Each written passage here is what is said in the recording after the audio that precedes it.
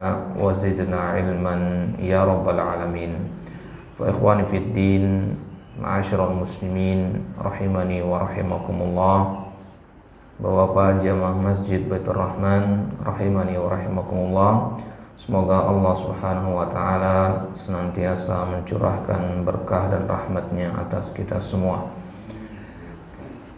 Alhamdulillah, di pagi hari ini di antara bentuk keberkahan dan nikmat yang Allah limpahkan kepada kita adalah hadirnya kita di majelis ini, ya, setelah kita melaksanakan kewajiban kita salat subuh secara berjamaah. Salat subuh memiliki keutamaan tersendiri, ya, dan waktu subuh pun, dan setelahnya sampai waktu duha memiliki keutamaan sendiri. Nabi SAW mengatakan, Allahumma barik li ummati fi bukuriha. Ya Allah, berikanlah keberkahan kepada umatku di waktu pagi mereka. Nabi SAW, ya, tidaklah beliau mengutus pasukan, tidaklah beliau mengutus duta-duta beliau kecuali di waktu pagi. Al-Imam Ibnu Qayyim rahimahullah ta'ala beliau mengatakan, wa naumus subha, ya, yamna'ur rizki, ya, bahwasanya tidur di waktu pagi artinya menyanyiakan waktu pagi, ya, itu bisa menghalangi rezeki seseorang, ya. Kata beliau, wa huwa waqtun liqismatir rizq, waktu pagi adalah waktu dibaginya rizki, ya. Maka hadirnya kita di majelis ilmu di waktu pagi, ya, juga merupakan bagian dari rizki itu, karena sebaik-baik rizki adalah al-ilm, ya, rizki maknanya adalah pemberian dari Allah, ya. Maka sebaik-baik pemberian dari Allah, ya, selain harta adalah al-ilmu. Nah, itulah kenapa para ulama di zaman dahulu mengirim anak-anak mereka untuk belajar Al-Quran itu di waktu pagi, ya. Jadi di zaman para ulama ada juga TPA kayak kita sekarang, ya, namanya biasanya sebutnya kutab, ya. Misalkan Imam Ahmad itu diantar oleh ibunya, ya, di pagi hari ke masjid, ya, karena rumahnya jaraknya jauh dari masjid. Ibunya bangun awal pagi sekali, ya, jauh sebelum sholat subuh, ya, dia bangun, kemudian memasakkan air untuk anaknya, ya, kemudian mengantar anaknya ke masjid, ya, untuk belajar Al-Quran, ya. Begitulah, ya, awal belajarnya, awal menuntut ilmunya para ulama dulu. Semua berawal dari masjid di waktu yang penuh keberkahan, yaitu di pagi hari.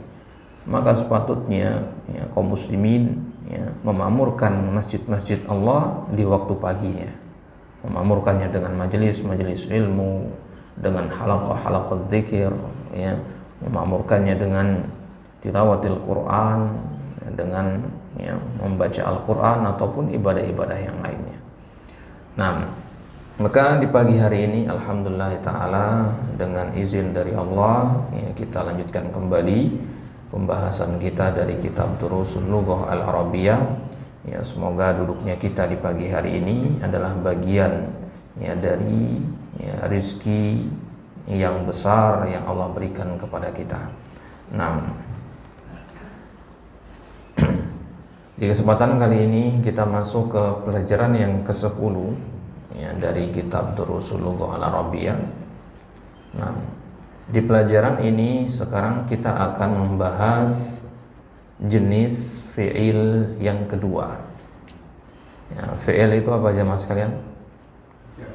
Ya, kata kerja. Nah, jadi kalau kita baca Al-Quran, ya, Al-Quran itu kata-kata yang ada di sana hanya ada 3 jenis. Kalau bukan kata benda, maka dia kata kerja atau fi'il. Kalau bukan kata kerja atau kata benda, maka dia adalah huruf, ya. Ini 3 jenis kata di dalam Al-Quran. Nah, di beberapa pertemuan sebelumnya kita sudah mulai masuk ke fi'il, yaitu fi'il madhi, ya, kata kerja lampau. Artinya Ya, kata kerja menunjukkan bahwasanya perbuatan itu telah terjadi ketika kita berbicara. Contohnya, ya, kita katakan shallaitu as-subha. Ya, saya telah melaksanakan sholat subuh. Artinya ini adalah fiil madhi namanya. Nah, kemarin juga sudah kita bagikan kertas yang berisi tabel tasrif fiil madhi, ya. Ya, bagaimana perubahan fiil madhi, ada dari zahaba, zahabu dan seterusnya itu. Ya, sudah pernah kita pelajari itu. Nah, sekarang kita masuk ke jenis yang kedua dari fiil, yaitu fiil mudhari'. Ya, fiil apa aja mas kalian?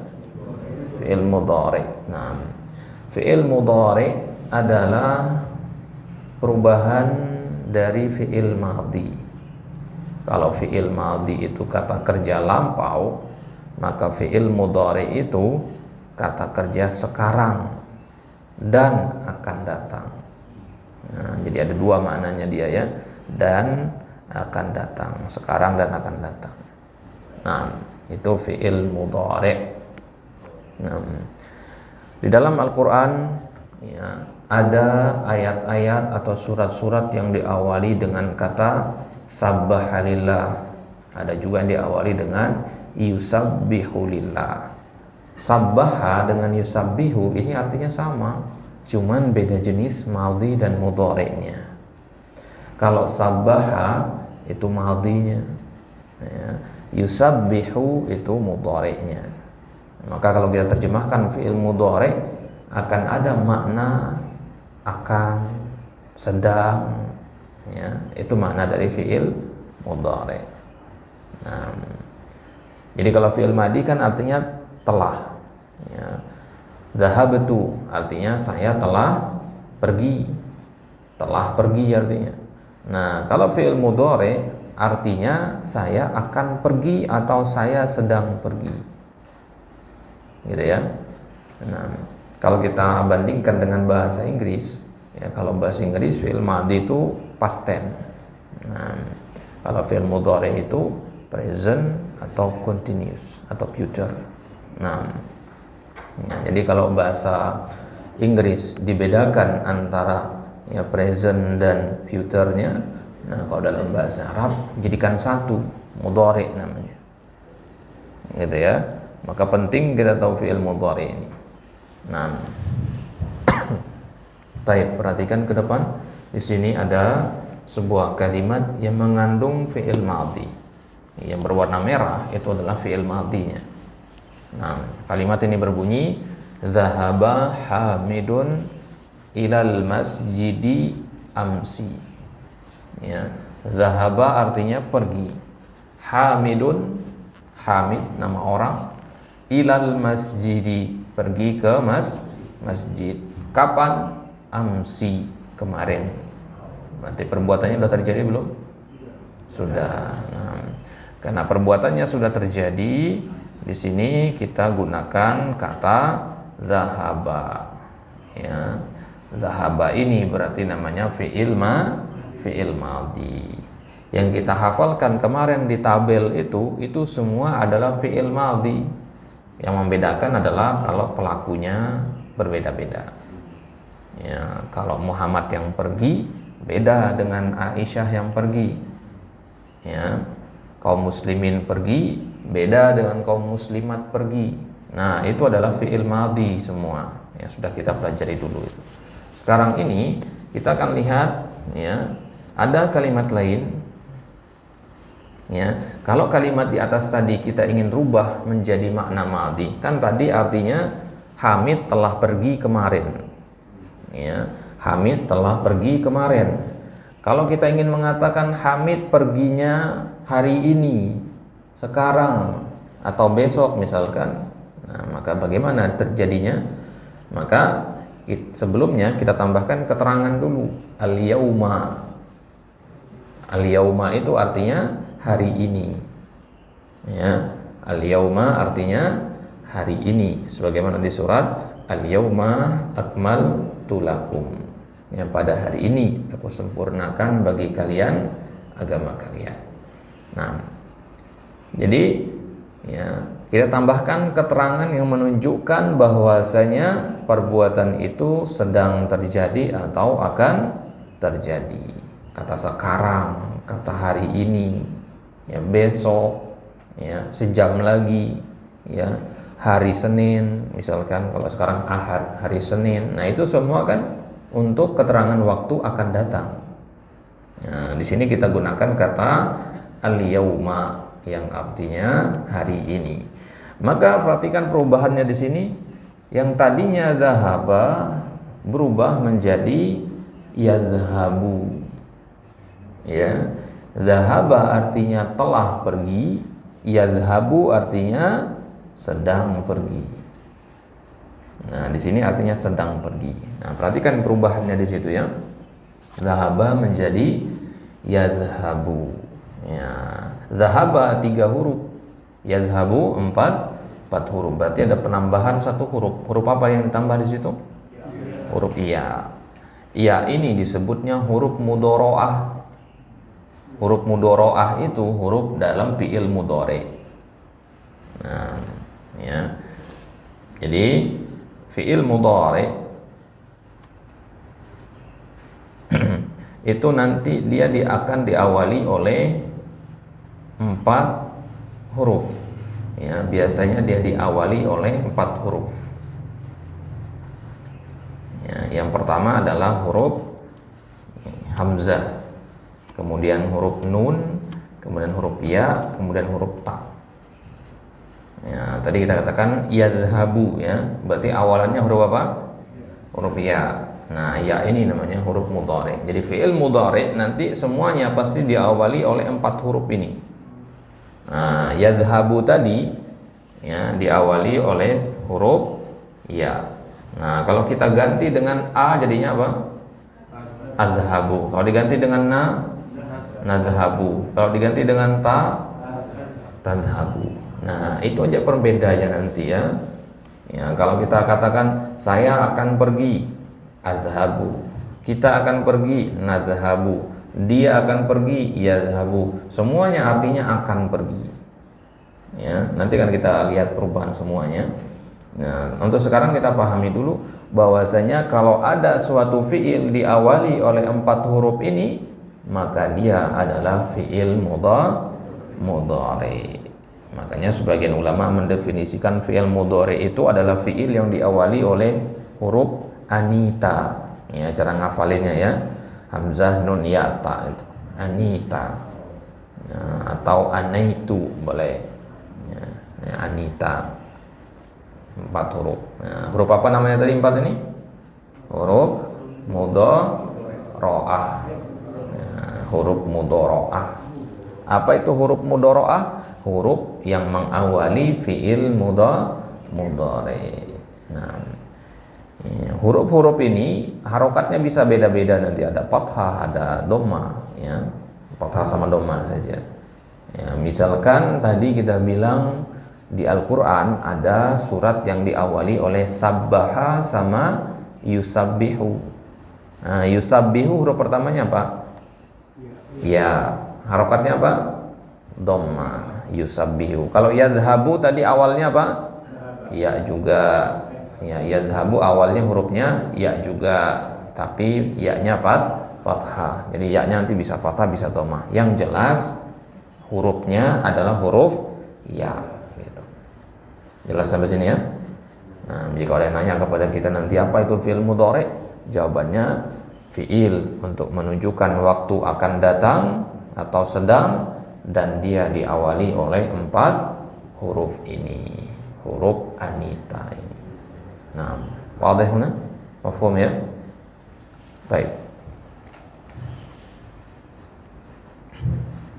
Nah, kita perhatikan di sini yadhhabu Hamidun ilal masjidil yauma. Maka artinya Hamid sekarang hari ini pergi ke masjid. Nah, jadi yadhhabu ini namanya fi'il mudhari.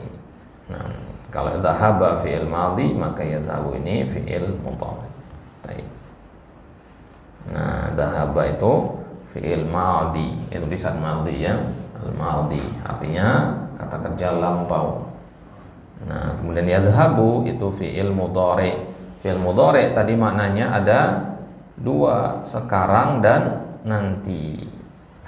Ya, perbuatannya terjadi sekarang atau akan terjadi nanti, ya, itu menggunakan fi'il mudhari. Nah, berarti yazhabu ini bisa diartikan, ya, dia sedang pergi atau dia akan pergi. Nah, lantas gimana bedakannya nanti? Ya, membedakannya adalah dari konteks kalimatnya. Ya, nanti kita lihat aja kalimatnya, nanti pasti ada keterangan waktunya.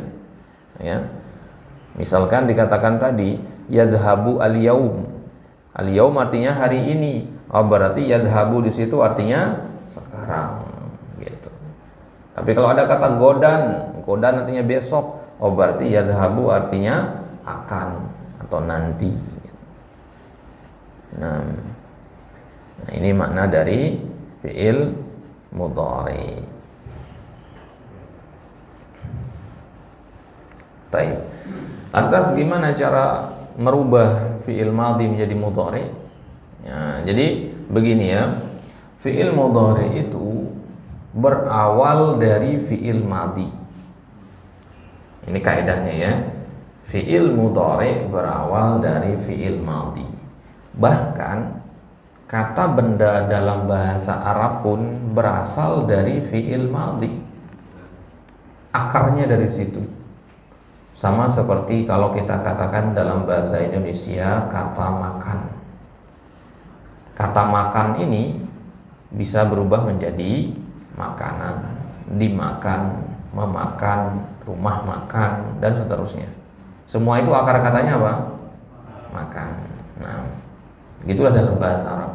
Masjidun, sujudun, sajidun, sajjajatun, masjadun, dan seterusnya. Semua itu akar katanya sajadah. Ya, akar katanya sajadah. Apa arti sajadah? Bersujud. Nah, maka masjidun ada hubungannya dengan sujud berarti. Nah, apa artinya berarti masjid? Tempat sujud, gitu. Ya, sajad, orang yang banyak sujud. Nah, dan seterusnya. Jadi intinya kita harus hafalin sajadah ini, tahu kita arti masjid apa, gitu. Ya, jadi bahasa Arab itu sebenarnya simpelnya di situ. Kita tinggal hafalin akar katanya saja, nggak perlu kita ngafalin turunannya satu persatu. Dari satu kata ini bisa dipecah jadi banyak. Ya, memecahnya itu nanti ada pola-polanya. Ya, contohnya sajadah kok bisa jadi masjidun. Nah, aturannya nanti dalam ilmu shorof, kalau diawali oleh ma itu maka nama tempat dia. Nah, berarti tahu kita, oh, ma itu nama tempat. Kemudian ya, masjidun itu ada sin, jim sama dalnya. Sin, jim sama dal, sajadah itu artinya sujud. Ma artinya tempat. Oh, berarti masjidun artinya tempat sujud. Nah, jadi tahu dulu akar katanya apa. Akar kata itulah fi'il madhi.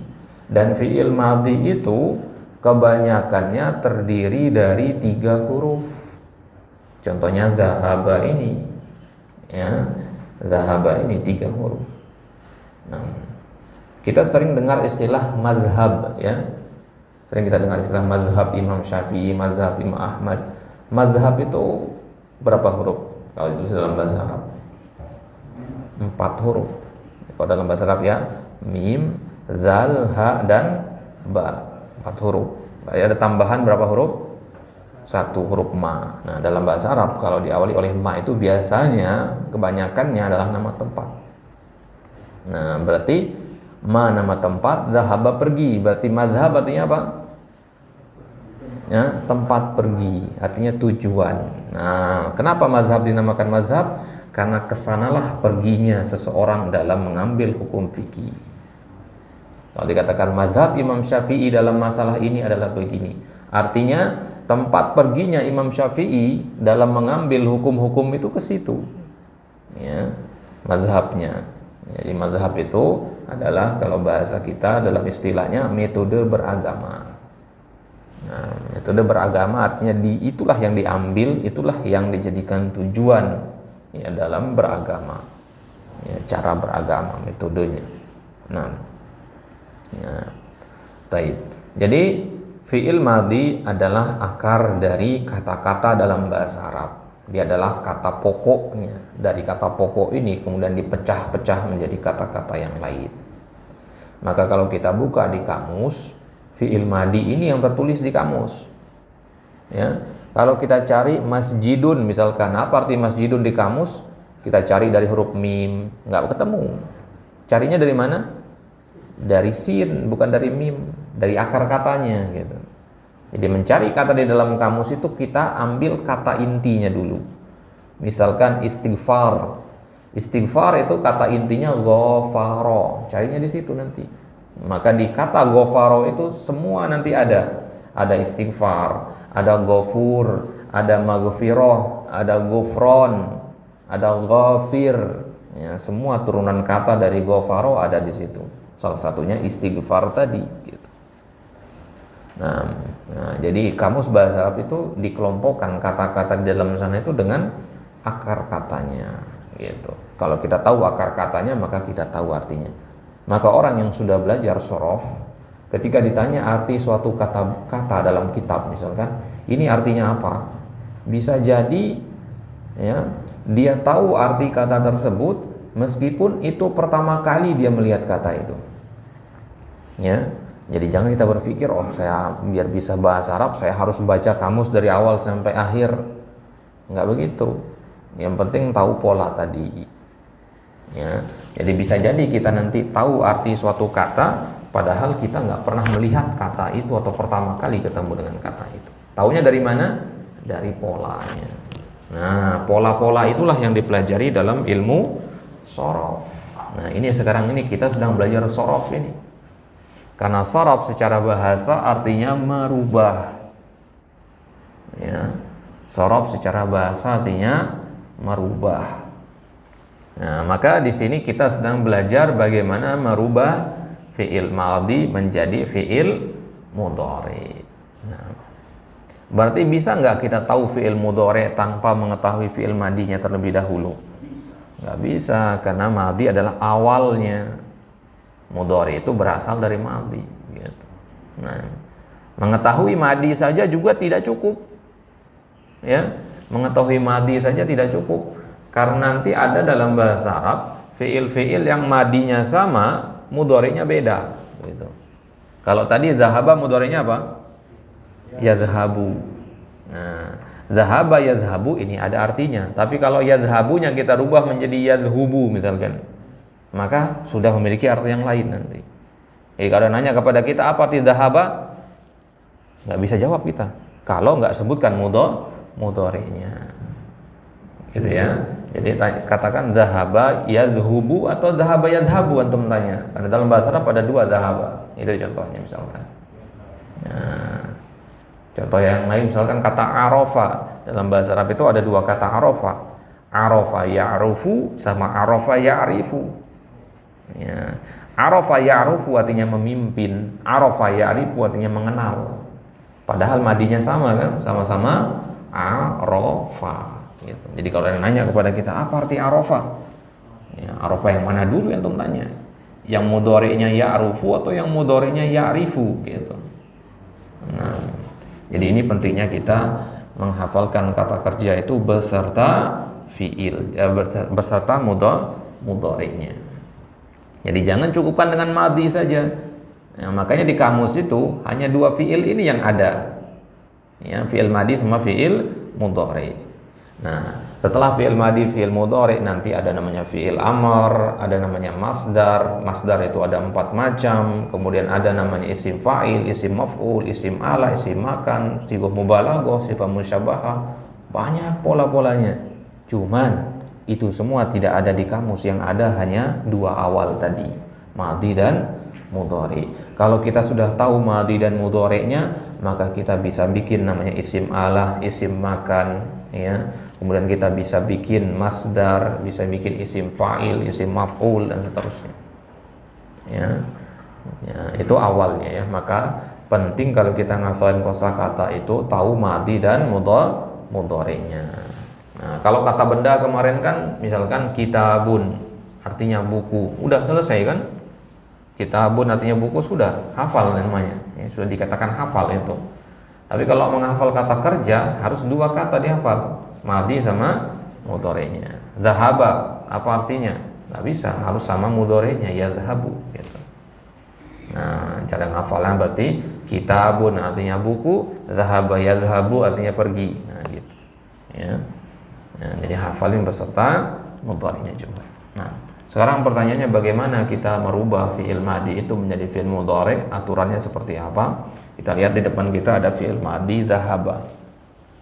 Sekarang ingin kita rubah menjadi fi'il mudhari', bagaimana caranya? Ya. Fi'il mudhari' itu artinya penambahan. Kalau kita lihat tadi kan menjadi 4 huruf dia, dari 3 menjadi 4. Berarti ada yang ditambahkan. Ya.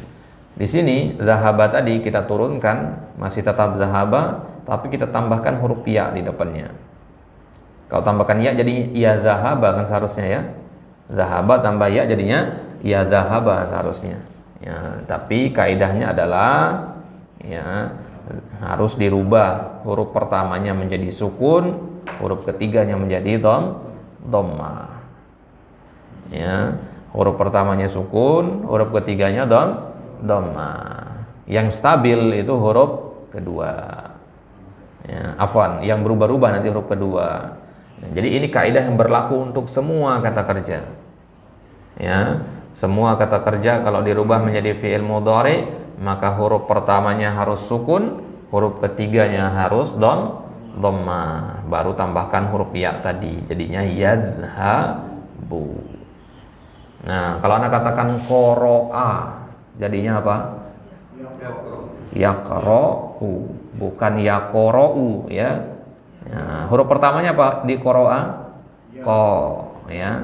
Setelah kita tambahkan ya jadinya yaq gitu ya. Tadi kan kaidahnya apa? Huruf pertamanya sukunkan, ko-nya disukunkan. Kemudian huruf ketiganya apa? Qara'a. Hamzah kan a. Nah, kita rubah menjadi u. Jadinya yaqra'u. Fataha. Yaftahu. Ya. Nasoha. Ya, nasoha. Ya, huruf pertamanya apa? Nun. Ya, kalau ya semua sih hurufnya awalnya ya nanti. Sebelum ditambahkan maksudnya. Ya. Huruf pertamanya apa? Nun. Ya, berarti nunnya diapakan? Sukunkan. Huruf ketiganya apa? Nasoha. Ha. Ya, huruf ketiganya ha. Ha-nya dinamakan. Jadinya yansohu. Ya. Yansohu gitu. Itu kaidahnya berlaku di semua fi'il ya, sukunkan huruf pertama kemudian dhammahkan huruf yang ketiga.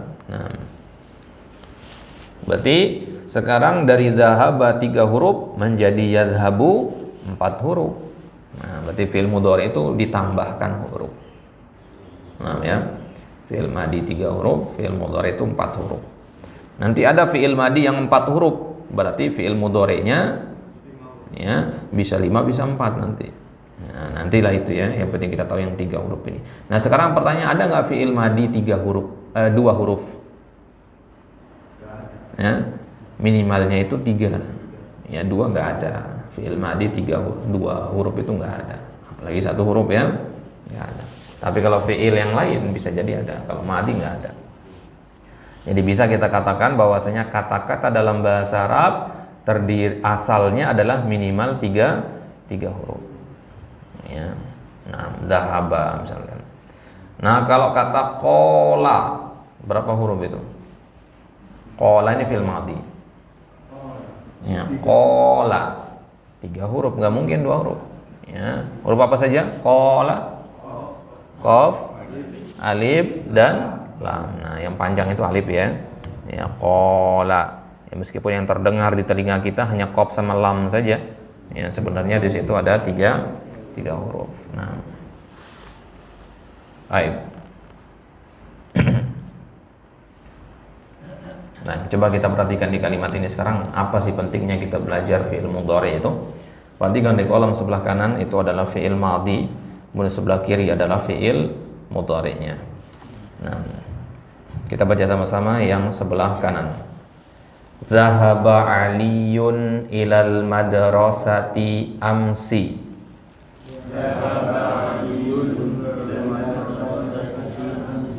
Ilal madrasati amsi.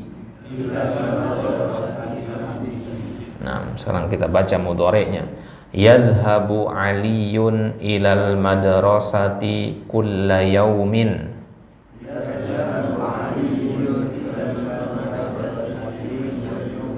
Kulla yaumin. Nah, kita lihat ya, artinya sekarang. Zahaba Aliyun artinya apa? Ali, nama orang, telah pergi ke sekolah, ilal madrasah. Kapan perginya? Amsi. Amsi artinya kemarin. Nah, berarti perbuatannya sudah terjadi apa belum?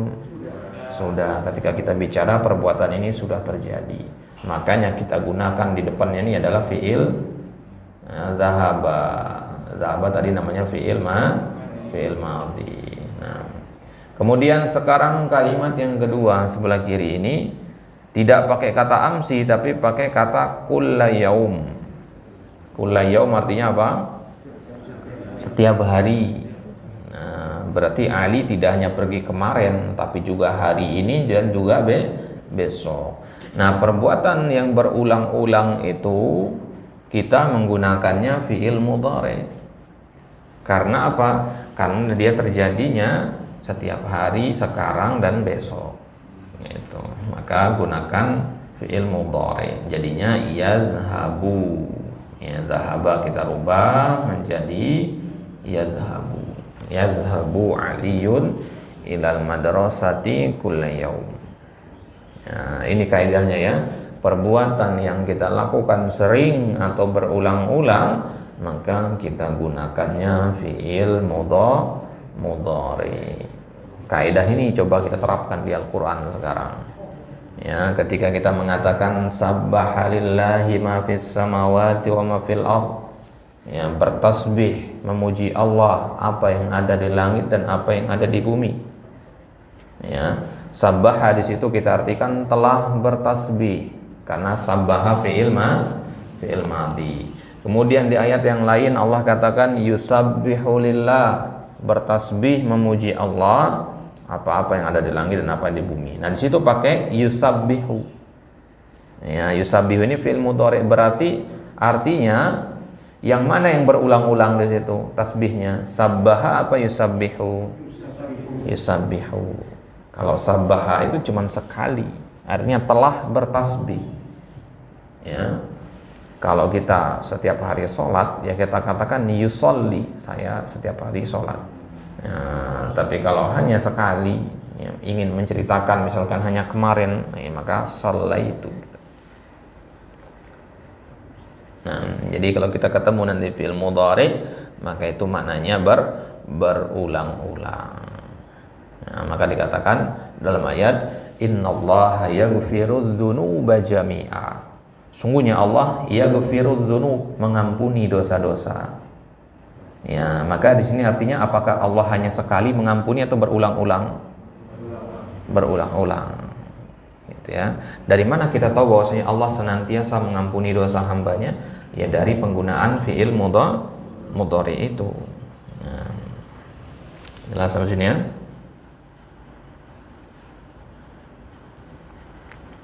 Baik, ada pertanyaan sampai sini? Tonton.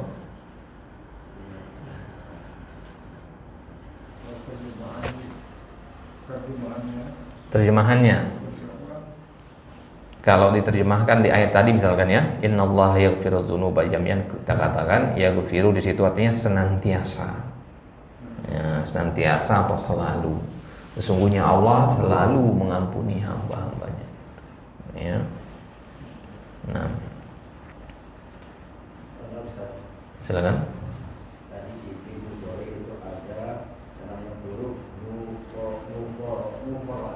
mudharaah. Mudharaah. Nah. Anita. Ya, nun. Zahaba fi madhi jadi fi mudharaah itu dia zahabu. Bukan ya. Kalau menggunakan nun misalnya jadi zahaba nadhabu. Nah, benar. Bisa itu. Bisa. Atau tadhabu. Bisa. Artinya gimana? Nah, kalau dari sisi arti, apa bedanya antara azhabu, nazhabu, yazhabu, tazhabu itu? Bedanya nanti pelakunya, Pak. Ya, pelaku dari kata kerja itu. Nah, kalau yazhabu tadi pelakunya siapa? Ali misalkan, dia laki-laki. Kalau pelakunya ya kami, maka kita katakan nazhabu. Nah, jadi yang membedakan adalah pelakunya. Berarti kalau yazhabu artinya dia sedang pergi, nazhabu artinya kami sedang pergi. Nah, jadi ada tasrif lengkapnya nanti. Yazhabu, yazhabani, yazhabuna, tazhabu, tazhabani, yazhabna. Sama kayak kita ngapalin kemarin zahaba, zahaba, zahabu kan. Apa beda antara zahaba dengan zahaba, zahabu? Ya, pelakunya kan. Zahaba laki-laki 1 orang, zahaba panjang 2 orang laki-laki, zahabu 3 orang laki-laki, zahabat 1 perempuan, zahabna 3 perempuan dan seterusnya. Ya, sama fi'il mudhari juga begitu. Nah, di sini kita pakai yazhabu, kenapa? Karena Ali gitu, 1 orang laki-laki. Kalau Ali kita ganti dengan Fatimah, nggak boleh pakai yazhabu lagi. Jadinya tazhabu nanti gitu. Berubah-ubah nanti ya. Nah, itu nanti tasrifan lengkapnya nanti kita bagikan kertasnya. Untuk sekarang kita berkenalan dulu dengan fi'il mudhari. Nah, kalau kemarin semua sudah punya ya kertas yang seperti ini? Sudah ya? Nah, ini tasrif fi'il madi ini. Ya. Ya, ada di grup kalau nggak salah ya, di grup WhatsApp bisa di-download di situ. Nah, ini tasrif fi'il madi. Nah, nanti kita akan bagikan tasrif fi'il mudhari, sama bentukannya juga begini.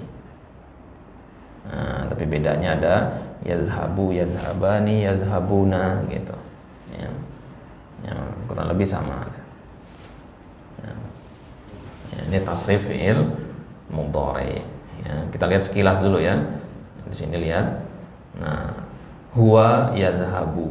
Ya, huwa itu yazhabu, artinya dia laki-laki 1 orang. Kalau 2 orang yazhabani. Ya, kalau banyak orang yazhabuna. Ya, berubah-ubah kan? Nah, kalau di fi'il madi kemarin juga berubah-ubah, lihat. Ya, zahaba, huwa, huma, zahaba, hum, zahabu. Sama berubah juga. Nah, cuman lebih banyak hurufnya saja kalau fi'il mudhari. Ya, maka kesamaan dari semua fi'il mudhari ini ya, dari awal sampai akhir ini sama-sama semuanya diakhiri oleh ya, hamzah, na sama ta tadi itu gitu. Yazhabu itu ya.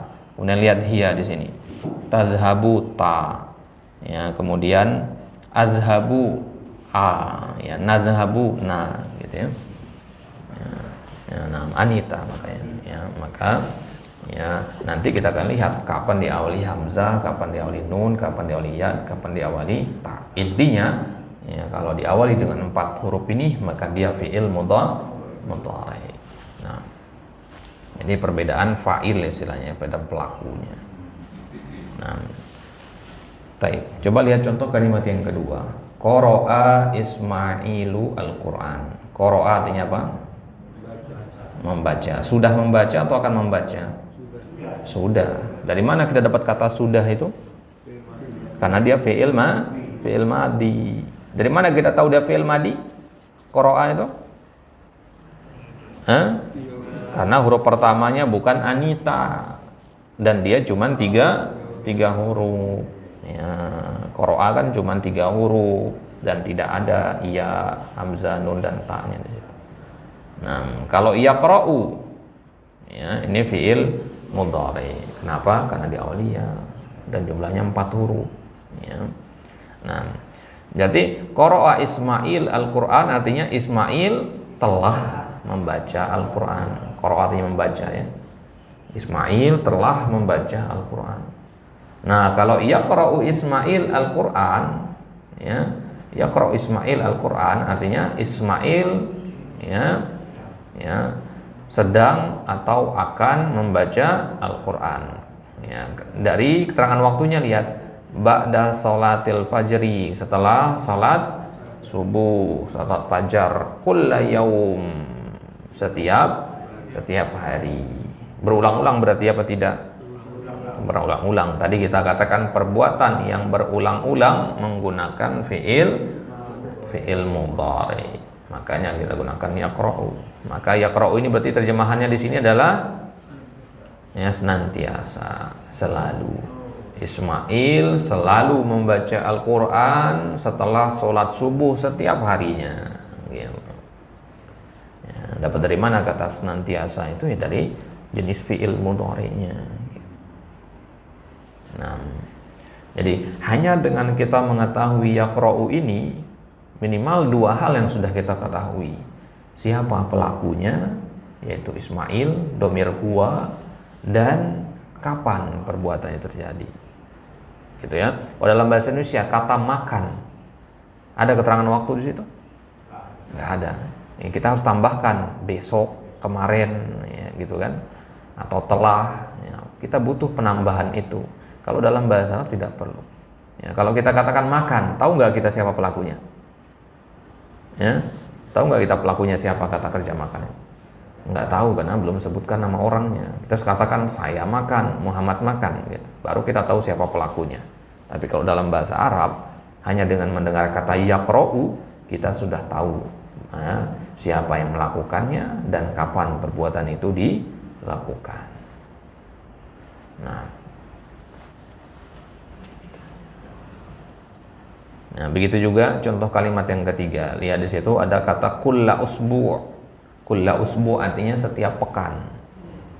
Ya, yaghsilu artinya mencuci. Ya, seorang itu mencuci mobilnya setiap pekan. Nah, berarti yaghsilu diartikan selalu atau senantiasa. Nah, ya, selalu atau senantiasa. Nah, itulah kenapa di khutbatul hajah, ya, para asatidzah sering kita dengar mereka mengatakan innal hamdalillah nahmaduhu. Ya, apa arti nahmadu? Kalau kita buang nunnya sisa apa? Ha mim dal. Ya, ha mim dal. Ini akar katanya ya. Ha mim dal itu artinya memuji. Ya, berarti nahmaduhu artinya memujinya. Ya, pujiannya sekali apa berulang-ulang? Berulang-ulang. Innal hamdalillah, sungguhnya segala puji bagi Allah. Nahmaduhu, kita senantiasa memuji Allah. Ya, itu maknanya.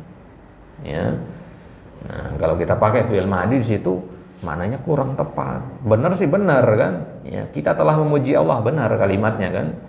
Ya, tapi kurang pas. Kenapa? Karena memuji Allah tidak diminta sekali dua kali, tapi berulang-ulang.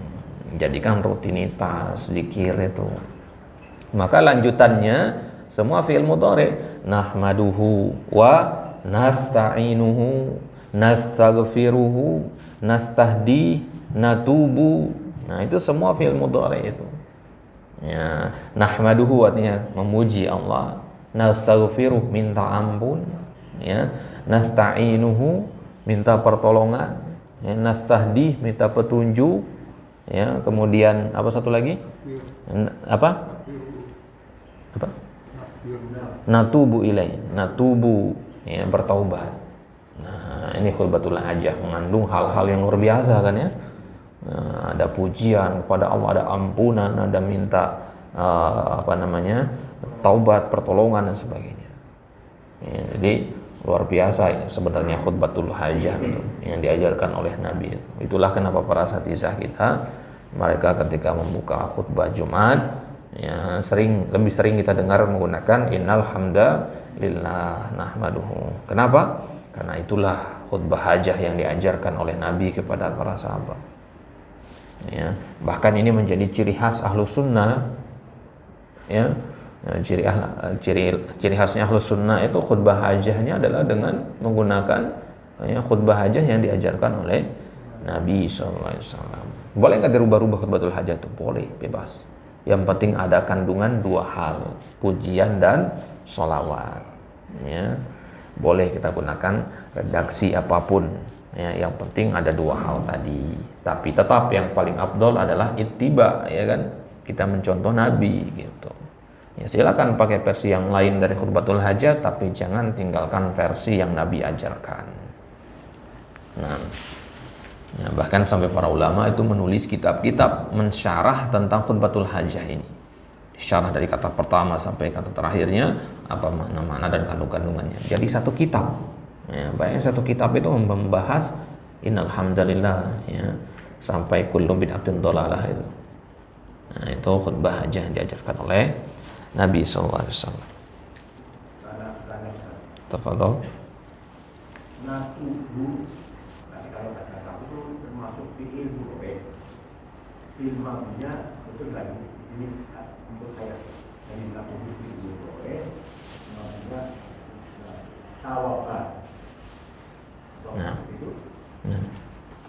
benar, ya, benar. Kalau misalnya kata-katanya tadi filmnya tawabah, tadi kan ada kaidah huruf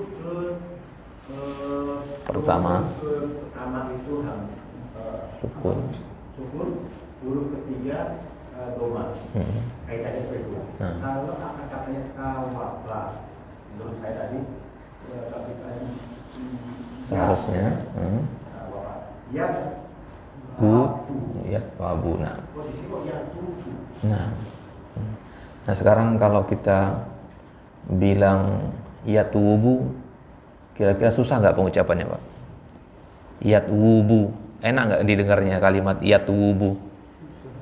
Ya, enakan mana kita bilang natubu apa natubu? Mana yang pertama apa yang kedua? Ya, natubu, ya, natubu, susah pengucapannya itu. Ya, dalam bahasa Arab itu dihindari waw itu berharokat dhammah.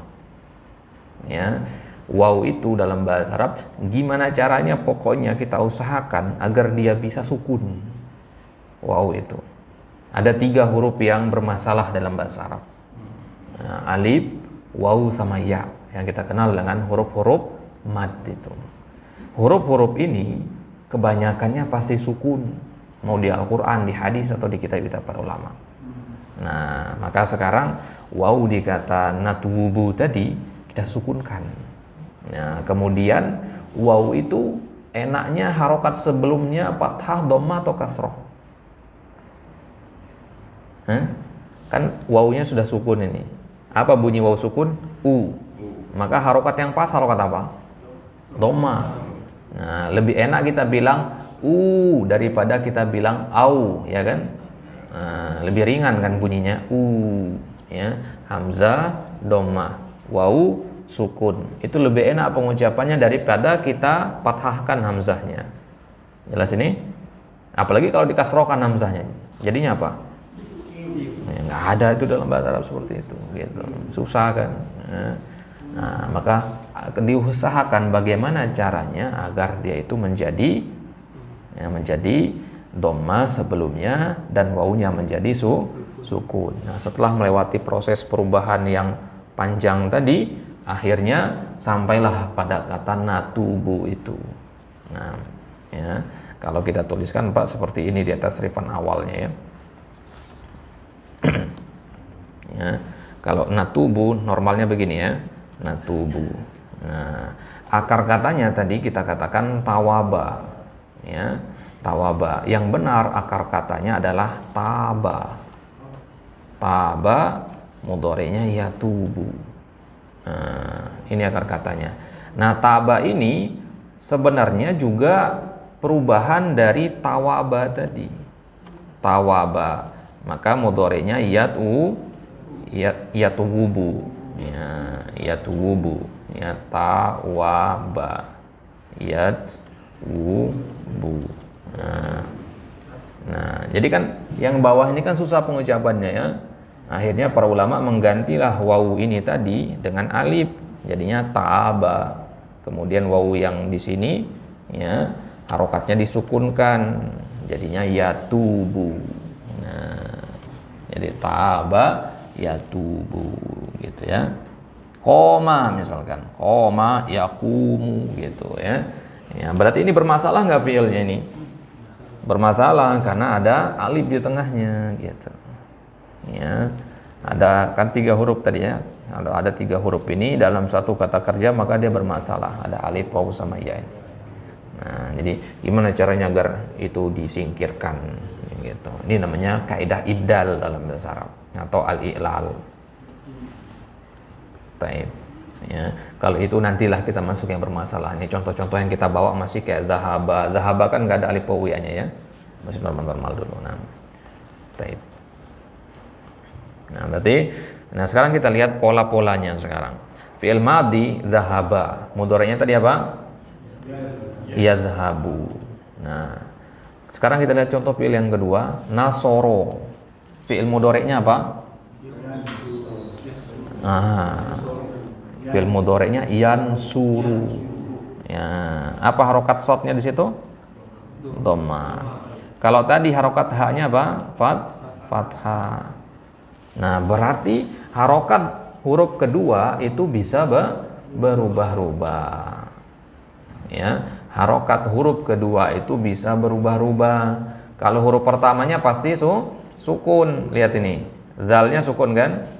Ya, kemudian nunnya juga sukun, sama-sama sukun. Bu harokatnya dhammah, ru juga harokatnya dhammah. Itu sama semua fiil itu. Maka tadi kita katakan kaidah umumnya apa? Huruf pertama sukun, huruf ketiga dhammah. Ini kaidah untuk semua. Tapi huruf tengahnya apakah harus selalu fathah? Tidak. Nah, tidak harus. Contohnya di sini. Yazhabu itu fathah kebetulan. Ya, tapi kalau yansuru itu dhammah. Ini menunjukkan berarti ya, huruf kedua itu bisa berubah-ubah. Ya, jadi fleksibel dia. Nah, harokat itu dalam bahasa Arab ada berapa?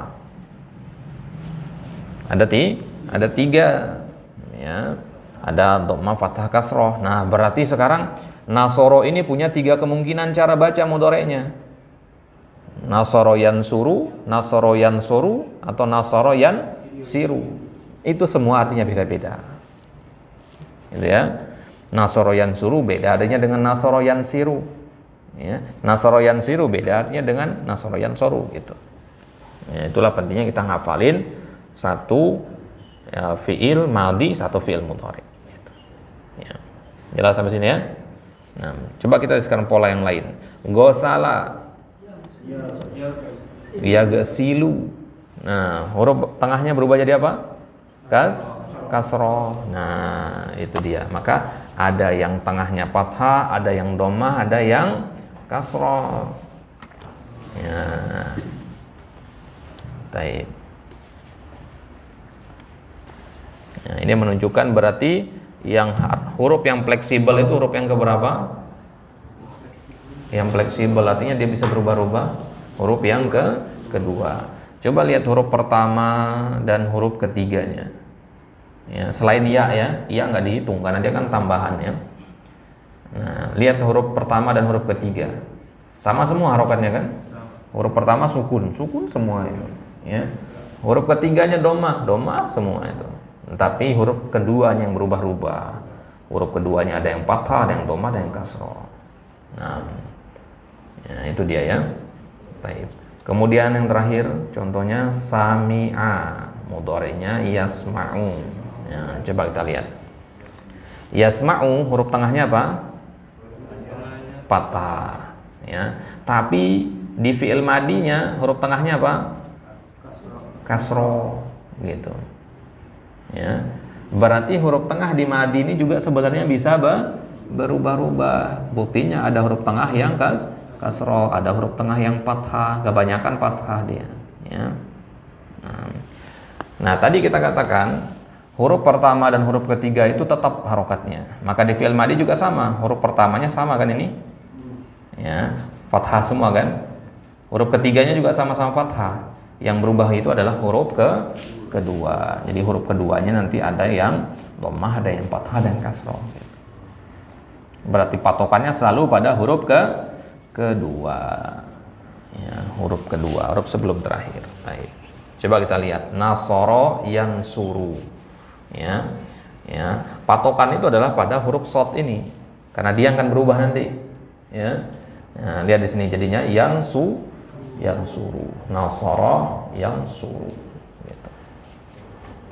Ya, nasara yansuru. Dari fathah menjadi dhammah. Kalau kita menjadi kasroh, ya fathah jadi kasroh, ya artinya lain lagi nanti. Gitu.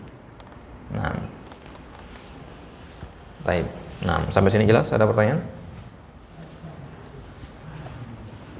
Jelas ya? Baik, masih ada waktu? Sudah cukup? Cukup ya? Baik, di pertemuan selanjutnya insyaallah kita akan ulang kembali ini beserta pembahasan tasrifannya. Nah, nanti di pertemuan selanjutnya juga kita akan membahas angka 21 ya, gimana cara buat angka 21 dalam bahasa Arab ya, dan seterusnya. Angka 22 dan kaidah-kaidahnya insyaallah di pertemuan selanjutnya. Untuk sekarang kita cukupkan sampai di sini. Wallahu taala alam. Wassallallahu ala nabiyina Muhammadin wa ala alihi wasallam. Semoga yang bisa apa kita pelajari pada hari ini dicatat sebagai sebuah kebaikan oleh Allah Subhanahu wa taala. Naktafi bihadzal qadar wa nahtatim bi du'ai kafaratil majlis. Subhanakallahumma wa bihamdika asyhadu an la ilaha illa anta astaghfiruka wa atubu ilaik.